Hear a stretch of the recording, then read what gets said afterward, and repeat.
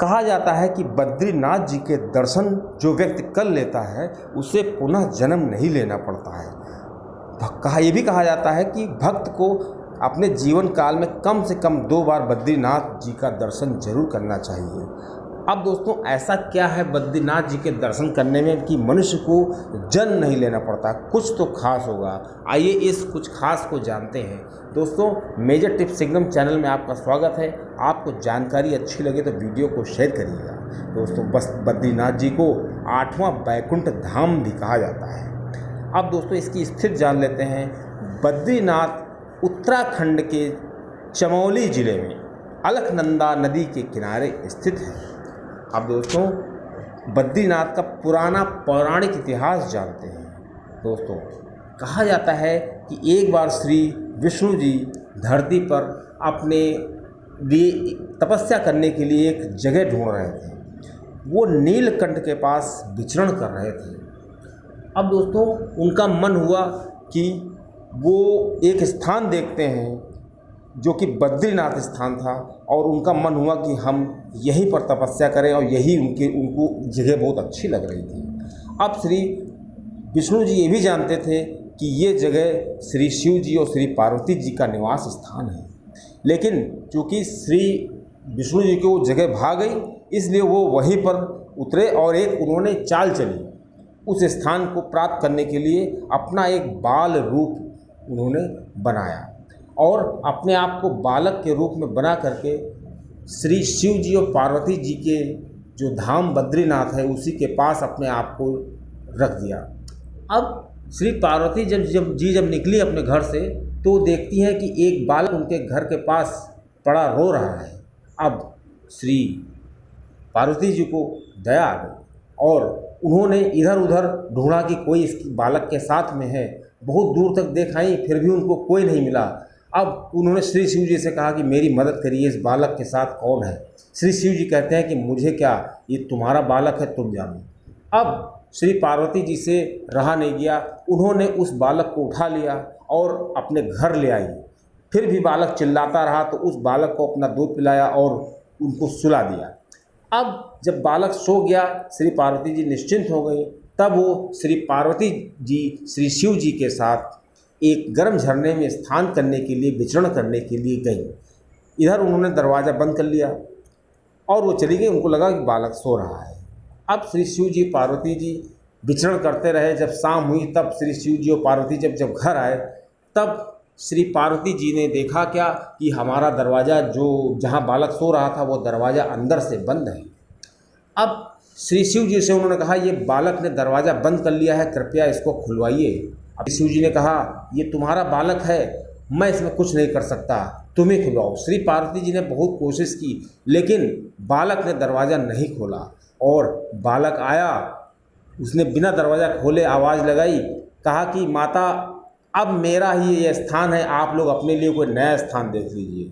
अब श्री शिव जी मुस्कुराए और उन्होंने कहा, चलो पार्वती जी से कहा, इसीलिए मैं कोई स्थान नहीं बनाता हूँ, जो स्थान बनाता हूँ कोई ना कोई ले लेता है।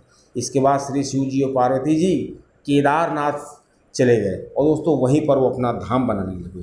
दोस्तों, ये कथा थी श्री शिव जी के जो बद्रीनाथ है उसकी।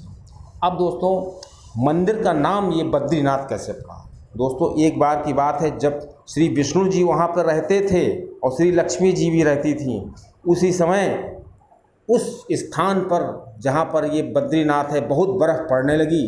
चूँकि विष्णु जी तपस्या के लिए बैठ गए थे, बर्फ़ पड़ रही थी। अब श्री लक्ष्मी जी से देखा नहीं गया। श्री लक्ष्मी जी ने अपना एक बेर के पेड़ का, बहुत ही घना बेर का पेड़ का रूप बनाया और श्री विष्णु जी नीचे तपस्या कर रहे थे। कई महीने गुजर गए, पूरी बर्फ़ से ढक गया ये जो बेर का पेड़ था, और वो श्री लक्ष्मी जी का रूप था। जब श्री विष्णु जी की तपस्या पूरी हुई तो वो क्या देखते हैं कि मेरे ऊपर एक बेर का पेड़ है जो श्री लक्ष्मी जी का रूप है, और उस पेड़ पे पूरी बर्फ़ जमी हुई। तो श्री विष्णु जी बहुत प्रसन्न हुए और उन्होंने श्री लक्ष्मी जी से कहा, चूँकि आपने मेरी तपस्या पूरी की है एक बेर के पूर्ण पेड़ के रूप में, इसलिए बेर को बद्री कहा जाता है, इसीलिए उस स्थान का नाम श्री विष्णु जी ने बद्री वृक्ष रख दिया और बद्रीनाथ के नाम से उस स्थान को जाने लगा। और दोस्तों यही नहीं, जो नर और नारायण थे, जो श्री विष्णु जी का अवतार थे, उनका भी स्थान वहीं पर है। बताया जाता है कि नर और नारायण नाम की दो पहाड़ियाँ हैं, उन्हीं के बीच में ये स्थित है। अब दोस्तों इस मंदिर में जो देखने लायक तीन स्थान प्रमुख हैं, गर्भगृह, दर्शन मंडप और सभा मंडप। दोस्तों इस मंदिर में धनुषाकार खिड़कियां बनी हुई हैं, एक सिंह द्वार है और स्वर्ण कलश के ऊपर गुंबज है। दोस्तों इस मंदिर में बहुत ही अच्छी नक्काशी की गई है जो देखने लायक है। दोस्तों कहा जाता है इसी स्थान पर श्री शिव जी को एक श्राप लगा था ब्रह्म हत्या का, वो श्राप श्री शिव जी ने ढोया था। दोस्तों यहाँ पे एक ब्रह्म कपाल नामक जगह है, जहाँ पर जो भक्त लोग होते हैं अपने पितरों का तर्पण करने के लिए जाते हैं। दोस्तों यहाँ श्री शिव जी को जो ब्रह्म हत्या का श्राप लगा था उसका भी निराकरण यहीं से हुआ था। दोस्तों कहा जाता है श्री मंदिर के बारे में बताया गया है कि 6 महीने तो यहाँ मनुष्य पूजा करते हैं और 6 महीने के बाद ऐसी माया हो जाती है कि मनुष्य वहाँ पे नहीं जा पाता, केवल देवता ही पूजा करते हैं और नारद मुनि प्रमुख पुजारी होते हैं। मंदिर के कपाट बंद हो जाते हैं तो मंदिर के पुजारी को स्त्री रूप धारण करना पड़ता है। जब वो स्त्री रूप धारण करता है पूरी तरीके से तभी कपाट बंद होते हैं। और दोस्तों जब मंदिर खोला जाता है तो जो दिया जलाया जाता है तो 6 महीने तक वो दिया अपने आप जलता रहता है। ये बहुत ही विचित्र बात है। दोस्तों इस मंदिर में बताया जाता है कि सतयुग तक यहाँ पर श्री विष्णु जी साक्षात दर्शन देते थे अपने भक्तों को, लेकिन जब त्रेता आया तो केवल देवताओं को ही दर्शन देते थे।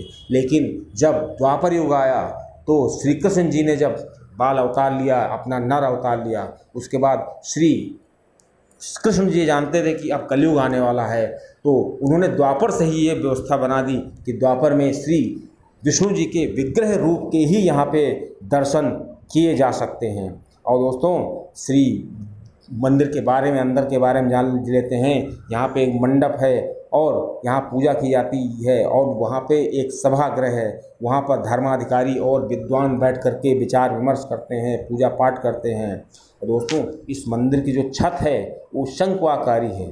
दोस्तों बद्रीनाथ जी की मूर्ति के बारे में जान लेते हैं। श्री बद्रीनाथ धाम में श्री बद्रीनाथ जी की 1 फुट की मूर्ति है जो श्री शालिग्राम जी के पत्थर से बनी हुई है और 1 फुट मूर्ति, 1 मीटर लंबी मूर्ति के भक्त यहाँ पर दर्शन करते हैं। और दोस्तों इस मंदिर में जो मूर्ति है श्री शालिग्राम जी की, उसके 4 हाथ हैं।